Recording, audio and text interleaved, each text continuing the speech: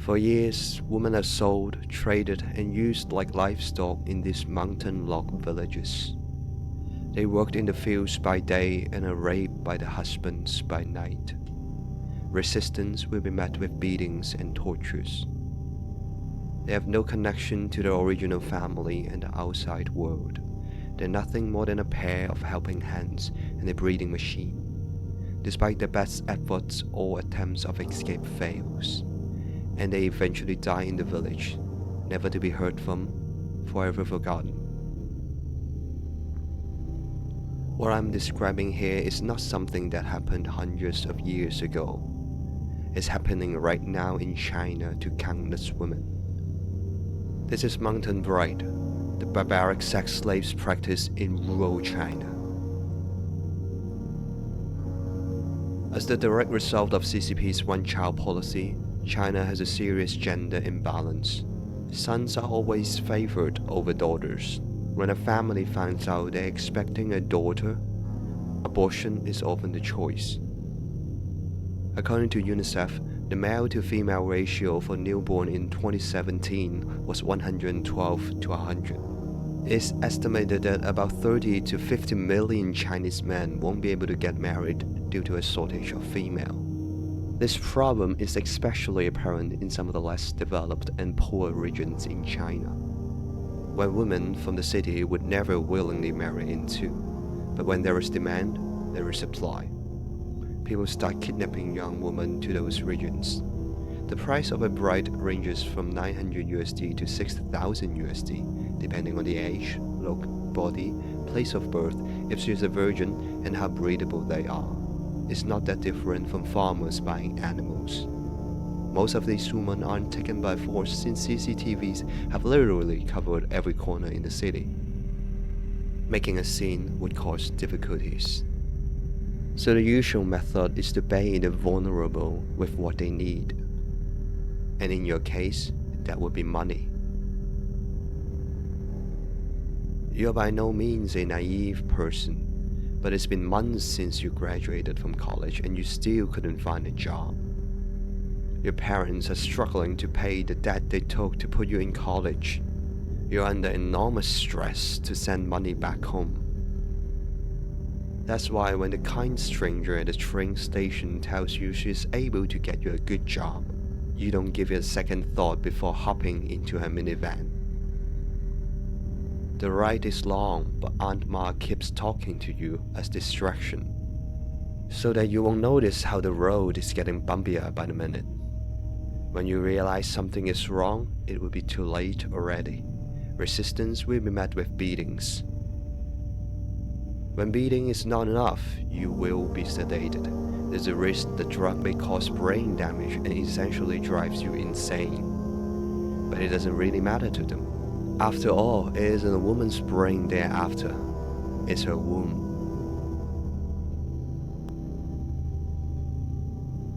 You're fortunate enough that the drug didn't fry your brain. Once you arrive at the village, you're immediately thrown into and locked inside what's essentially a cave. You're not the first woman they purchased. Whatever you plan to do, they've seen it all and have the corresponding countermeasures. They know you would rather die, so there's nothing for you to use as weapons or tools to help you end your misery. They know you wouldn't just sit around and accept your fate, so they beat you into submission. They know you would refuse to eat and drink, so they torture you until you beg them to stop. And between all these inhumane treatments are the constant raping. You need to make babies for them, might as well start as soon as they can. The beatings, torture, and rape cycle wouldn't stop until you give birth to a baby. But you better pray it's a boy, because if it was a girl, you may as well give birth to a pig. You will be in the cave again until a boy is born. Some unlucky women keep giving birth to girls are sold a second time to another village, so the buyer can recap some of the losses of his investment. And the girls they gave birth to, the human traffickers are more than happy to buy them off. The more stock, the more profit. Suppose you give birth to a boy. your status is instantly lifted to somewhat resemble a human being. You may finally be allowed to go outside of the cave. But make no mistake, you are under constant surveillance by the whole village. You will never be left alone. Everywhere you go, there will be people watching over you. The kitchen is a strictly forbidden area, so stop dreaming about poisoning people. Nevertheless, you finally reclaim a tiny bit of freedom, and soon you realize truly how primitive and backward the village is. A completely isolated community. Electricity comes and goes as it pleases. The main communication method is snail mail, and internet is something they'll literally never even heard of. It is as if they were stuck in time 100 years ago. You try to find out if there's anyone in the village who can help you, maybe the woman who was sold here before you. But the moment you look them in the eyes, you realize they have lost all hope. They have been assimilated and become one of them. But you are not like them. You will escape from this godforsaken place. You decide to run. The first thing you need to figure out is which direction to run to. The village we are talking about here isn't a typical countryside that takes a couple of hours of car ride to get to. The place you're sold to is truly in the middle of nowhere. Getting to the closest village takes hours of traversing in some of the most treacherous mountains. If you need to go to a somewhat developed town, that's another full day of car ride. But I must leave, you tell yourself. Even if it means I will die in the mountain, I must leave. So you escape in the dark of the night, into the deep woods.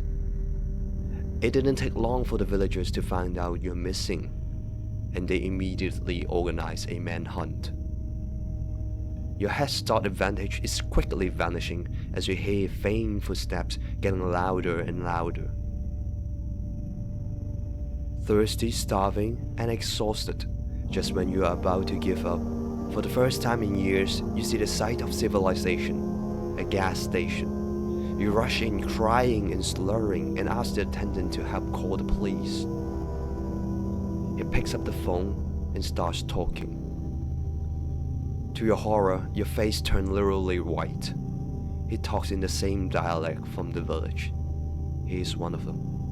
You run from the station as fast as you can, hoping you will bump into a car that isn't driven by one of them.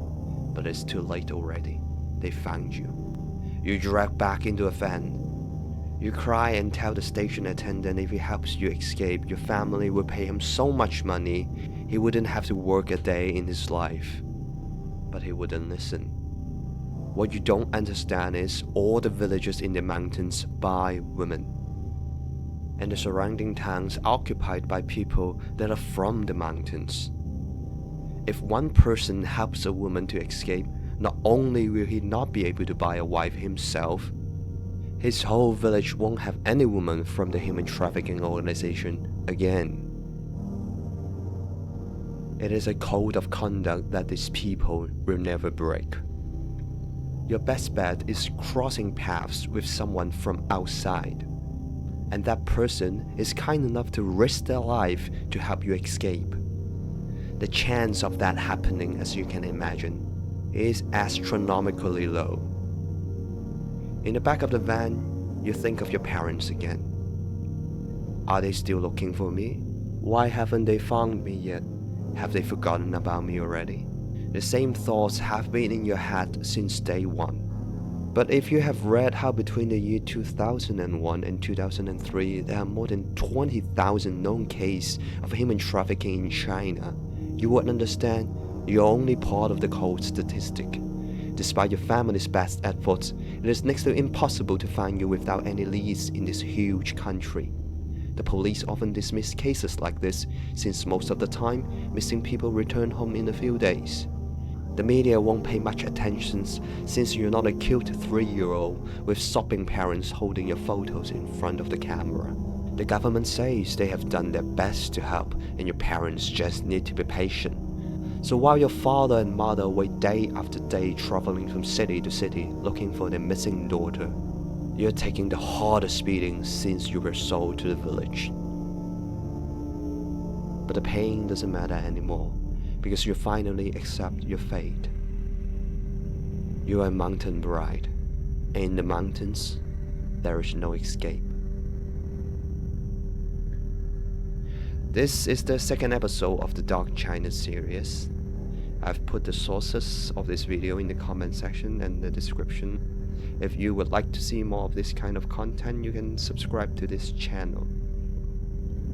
In the next episode, I will talk about toddlers and babies being kidnapped and sold like products in China. The lucky ones are sold to a normal family where they won't be aware that he's a stolen child. The unlucky ones are sold to gangs and used as money-making tools. They become beggars and prostitutes. To control them, they will torture, given drugs, or even mutilated so they can get more money as beggars. Lastly, please consider sharing this video to raise awareness of human trafficking. And you should consider donating to non-profits such as UNICEF to help end the suffering for these women and children.